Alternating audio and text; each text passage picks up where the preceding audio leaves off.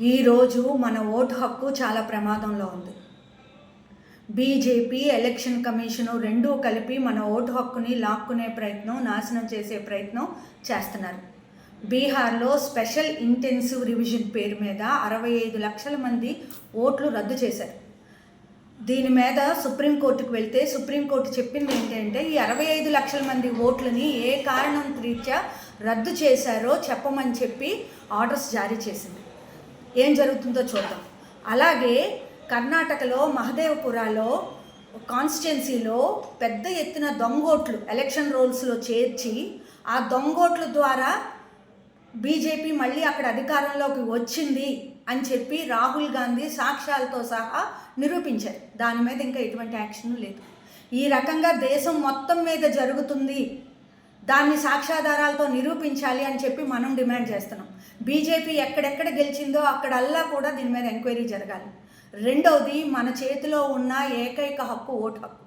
5 సంవత్సరాలకు ఒకసారి political party వాళ్ళు మన దగ్గరికి వచ్చి మన పేదళ్లలో దూరి మన పిల్లల్ని ఎత్తుకొని ముద్దాడి, అమ్మ మీకు అది చేస్తాం ఇది చేస్తాం మాకు ఓటేయండి అని అడుగుతారు. మీకు పెన్షన్ పెంచుతాం, లేకపోతే మీకు ఇల్లు ఇస్తాము, లేకపోతే మీకు జీతాలు పెంచుతాము, ధరలు తగ్గిస్తాము అని చెప్పి సంక్షేమ పథకాలు చెప్తారు. అటువంటి ఓటు హక్కు మన చేతుల నుండి లాక్కున్న తర్వాత మన అభివృద్ధి ఎలా జరుగుతుంది? ఈ దేశంలో ప్రజాస్వామ్యం ఎలా బతుకుతుంది?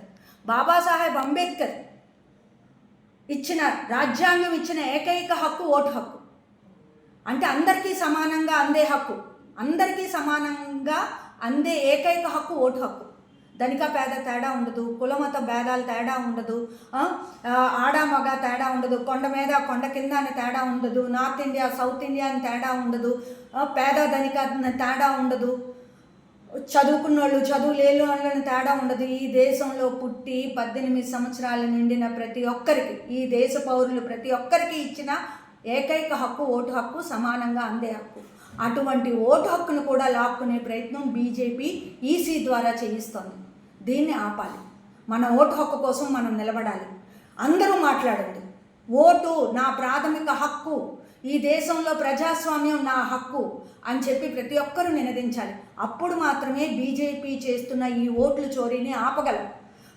5 సంవత్సరాలకు ఒకసారి ప్రభుత్వాన్ని మార్చగలం, రాజకీయ పార్టీని మార్చగలం, ప్రజలకు అంతో ఎంతో ఉపయోగపడే విధానాల్ని తెచ్చుకోగలం. కాబట్టి ప్రతి ఒక్కరూ ఓటు హక్కు కోసం మాట్లాడాలని చెప్పి విజ్ఞప్తి చేస్తున్నాం.